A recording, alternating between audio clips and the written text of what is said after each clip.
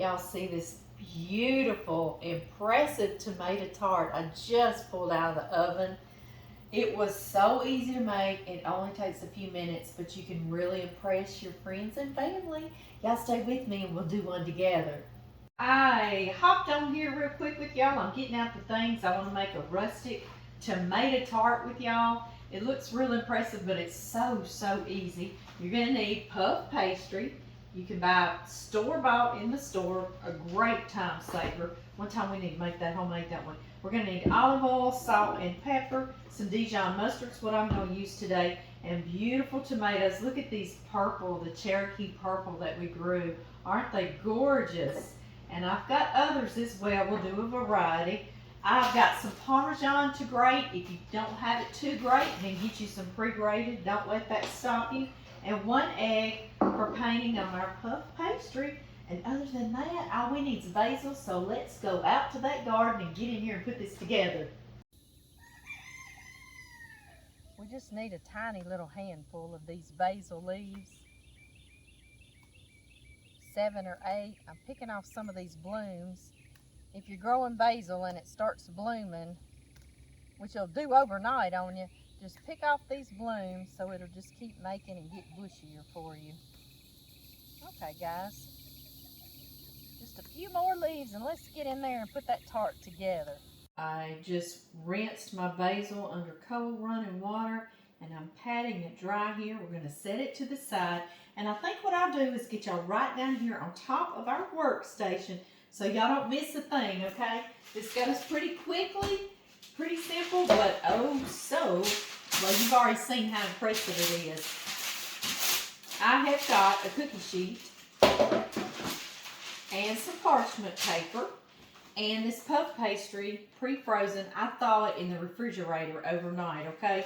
And how it comes is in 2 sheets, and I'm going to show that to you. Put my little pan over here just for a moment.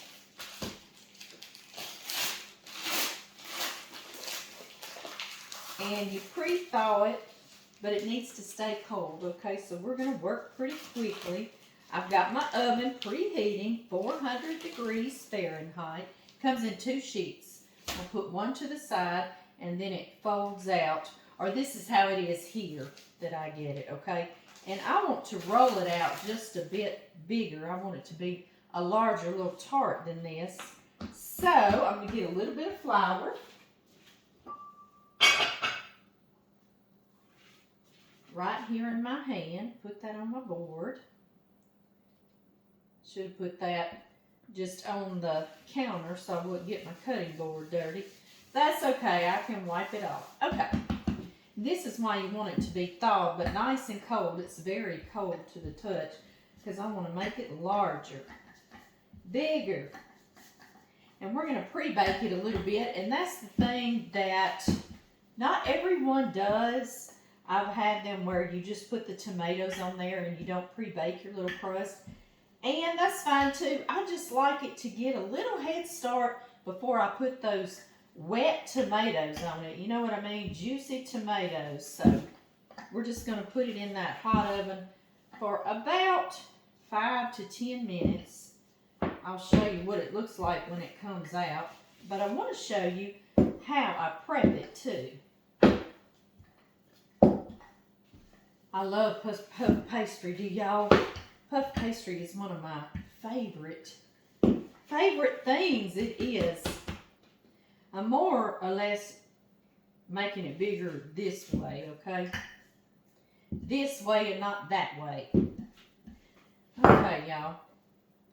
Now, I'm going to pick it up, get my pan back, and I want to show you, I'm going to get y'all down here close so you can see just how I prep it. Okay, first thing I want to do, and this is not necessary, but I like to score. And when I say score, I just mean not go all the way through my puff pastry, but just score the top of it like that. You see that I'm not going all the way through to the bottom.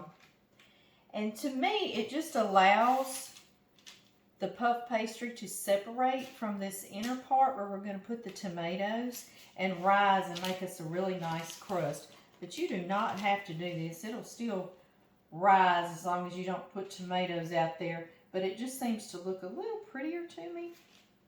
Pretty, and after all, we do want things to be pretty, don't we?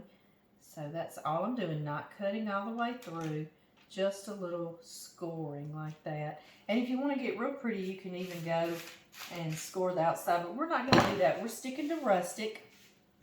The other thing is we need to dock our crust, that way it doesn't get big air bubbles in it. It allows the steam to release. And this puff pastry has got butter layer after butter layer after butter layer, so it definitely needs docking. Yes, it does. I use a meat fork just because it's a little larger and so it can go just a little faster. And you're not necessarily going all the way through to the bottom with this either, just some. Okay, y'all. Into the oven for 5 to 10 minutes. We'll be right back. So while our pastry is baking, we're going to cut these as thin or as thickly as you want to cut them. That's totally up to you. Not quite that thin. That'll be a nice little snack. You could do some green tomatoes as well. I started to, but we didn't grab one out there in the garden, did we? Cut this beautiful Cherokee purple tomato. Oh, is that not just gorgeous? How beautiful is that?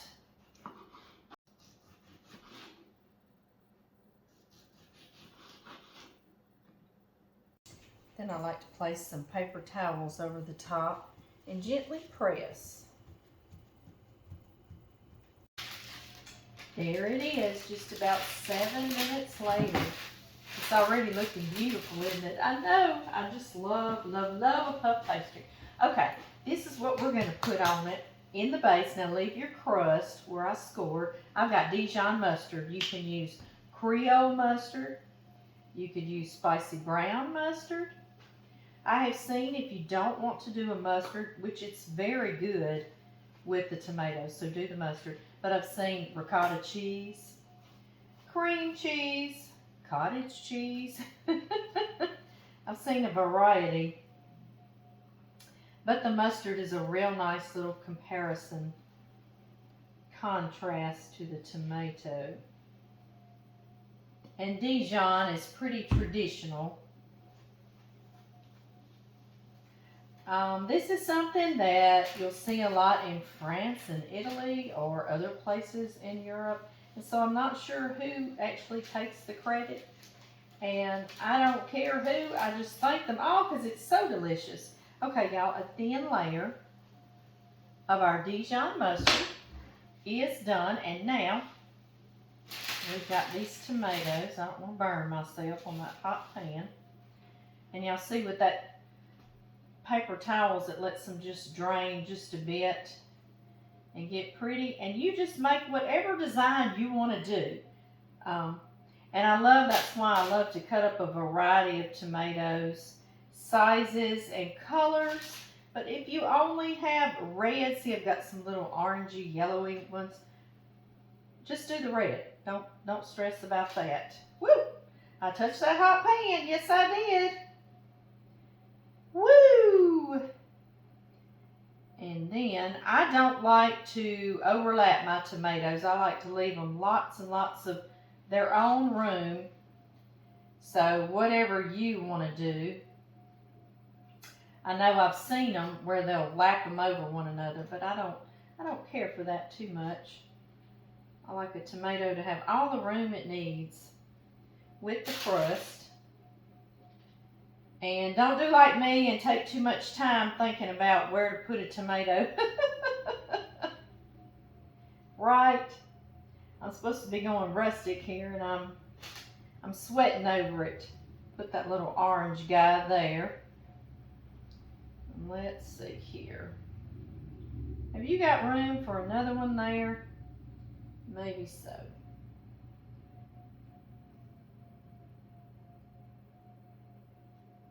There we have it, guys. All right, now I'm going to move the rest of our tomatoes and keep touching that hot pan. Yes, I am, apparently. Put this in front of us. And we need some flavor. I've got sea salt, which I love because it's big flakes of sea salt. And salt from high up because it's supposed to be more evenly distributed when we salt from high up. And you can even get it out there on your crust. That's going to be perfect. And of course we need some pepper. However much or however little you want. Something that I love to do because I love this Parmesan, it makes it a little crust on the tomatoes. You know how it'll get crispy and almost a little crunchy and toasty. And it also has a real salty little bite. So I love Parm. You don't have to do a ton. But I am. And you can get that on the crust as well. And then another thing is some feta. Feta cheese is Greek style. You can just dot it here and there. I kind of try to get it between the tomatoes a little bit. Like that. Just like that. Feta reminds me, it's tangy. I like that. It's a tangy little bite. It's a very good addition. Now, I love to paint my crust on the outside with an egg. So I just beat an egg. And I'm just going to paint this crust and it gives it a nice golden color. Golden color that we will love. Look really pretty for us. And then sticking with our rustic theme, we're going to take some of our little basil leaves that we washed and we're just going to tear them. And I will save half for cooking on here and the other half I will sprinkle on when it comes out. So you'll have the cooked basil and then you will also get that fresh bite as well. Y'all know I do that a lot of times with herbs. And now olive oil, and you're simply going to just drizzle some on top like this. Again, with this olive oil, I'm going to bake it with some, and then I'm going to drizzle some real fresh at the end. Okay, guys, back into the oven, 15-20 minutes till it gets as toasty as you want it to, and I'll see you back here. Do y'all see what it looks like so far? Some finishing touches I want to do to this beautiful tart is julienne some basil. We could tear it like we did, but we'll get a little more fancy. All you do is stack several leaves. Stack them up like that, and then we're going to roll them like we're rolling a little cigar, I guess.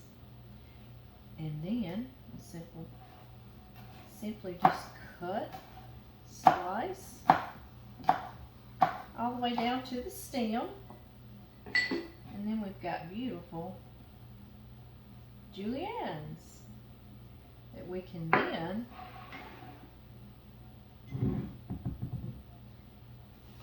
finish our little tart with. Put some here and there. Beautiful. The only other thing I like to do is drizzle some more fresh olive oil. Just like that. So make sure you have a nice virgin olive oil. And there you have it. Yum. Can't wait any longer. We've let it cool just a little bit. I want you to see the bottom. I know. It's nice and crispy. It's beautiful. Beautiful, beautiful, beautiful. Y'all ready? You ready? Y'all come on. I'll cut y'all a piece. Yes, I will. cut us a corner. Did y'all hear that? Did you hear the crispiness? There's nothing I don't love about puff pastry. Do y'all? I know, I feel the same way. Spreading out that basil love. I had a big clump there on this corner. I'm coming, guys. I'm coming to bring you a bite. Do y'all see that? There's some of this. It's one of those Cherokee purple tomatoes. I know I'm a little obsessed about it, right? Y'all ready?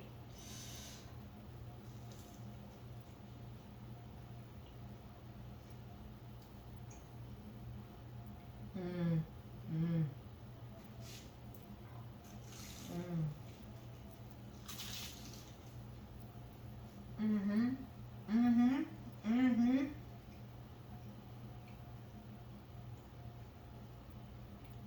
I'm getting it everywhere, I don't care.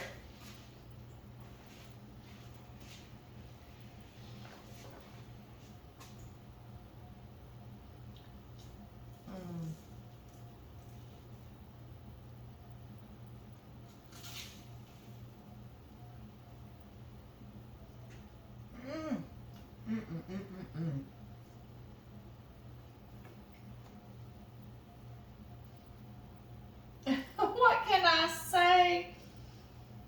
Except please make one of these. Please, if it's just for yourself. Can you imagine how impressed your friends would be or your family if you came out with that? They'd be like, ooh. Oh, y'all, I got to eat the rest of this. But I want to tell y'all, I love y'all, and I'll see y'all really soon. It's so wonderful. The tomatoes have sweetened and condensed down in that hot oven. And the little bite of feta, and you can taste the salty parm, and then that fresh bite of some basil. Mmm. Oh my goodness. Uh-huh. Mm-hmm. Mmm. I'll see y'all next time. Bye-bye.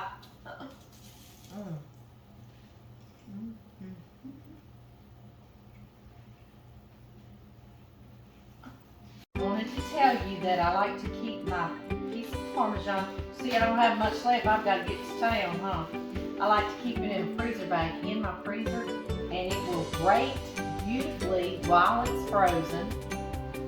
Grate it right onto that little thing, and it will keep forever like that and not mold on you. Y'all, John came in and it's still warm. It smells good too. You got great timing. All right, baby. Give it a try. See what you think.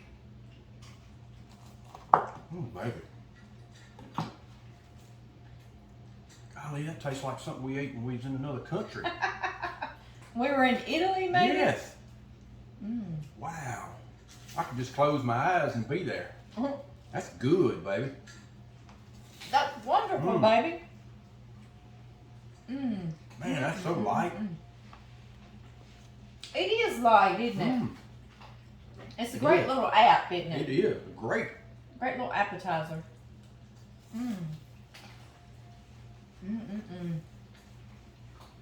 You could eat a whole one like for lunch or something.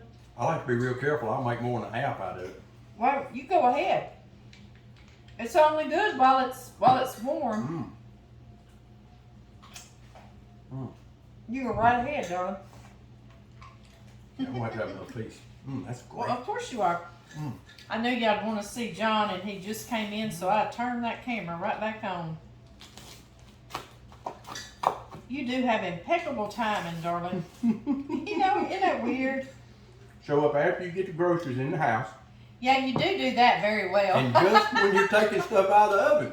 I'm good at it, baby. There you go, baby. There's you another corner piece. I knew you'd like that. Yum. We're going to spoil our supper, aren't we?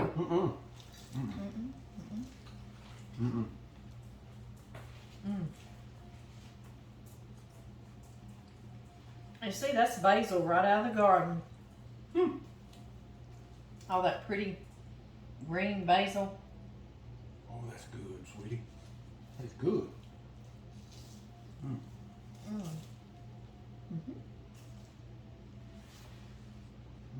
You fixing to get started looking at my ovens, baby?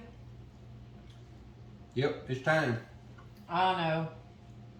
Y'all, I know y'all heard my ovens. They beep, bitty beep, beep, beep in the background on all these videos. And they've been doing that since we got them. Yeah.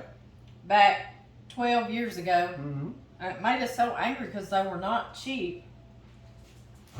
We've had the people come look at it, work on it, and Multiple times. Yeah. And so they'll cool down, heat up, cool down, heat up. Something's wrong with it, huh? We're fixing to fix that. So, some of y'all, not everybody, but some of y'all can see this box, and that is more double ovens. We finally bit the bullet. Yes. So, Fixing to fix. Hopefully, we're gonna fix that. so you gonna get started on that? Yep. Sure am. As soon as I get through this right here, sweetie. Okay. Ooh wee! Mm. See, now you're gonna have to cook this in the new ones. Oh, Yeah. absolutely, absolutely. Because I'll tell you the truth. You know what happened? Uh-oh. I was talking with everyone. Mm-hmm. I got out my crust and I rolled him out some and I scored him and docked him. Mm-hmm. I slid him in one of those ovens. I put him in the lower one. And then I was doing a little cleanup, slicing my tomatoes. And I got off of here for a second and went to check on it. The oven had totally shut off. Ah. It had aired and shut off. Well, you can't mess with puff pastry like that. Puff pastry, So you had to start over. Ah. I grabbed my puff pastry out of the oven, went and slammed it in the freezer, and tried to get the upper ones heating up. And they're the ones that beep, beep, beep, beep, beep, and get on everybody's nerves. So finally, yeah, I had to start over, but I had to put it in the freezer and hope that I could get this little guy frozen again, or really, really cold, because that's how puff pastry goes. So I was so glad that you finally taught me into going and getting some oven. We've been fix that. I've been being stubborn because they should have lasted longer than that, but yeah, they really should have. nothing does it? So anyway, guys, I'll see y'all later, maybe with the new ovens. Man, that's good, baby. Thank you, darling. Mm.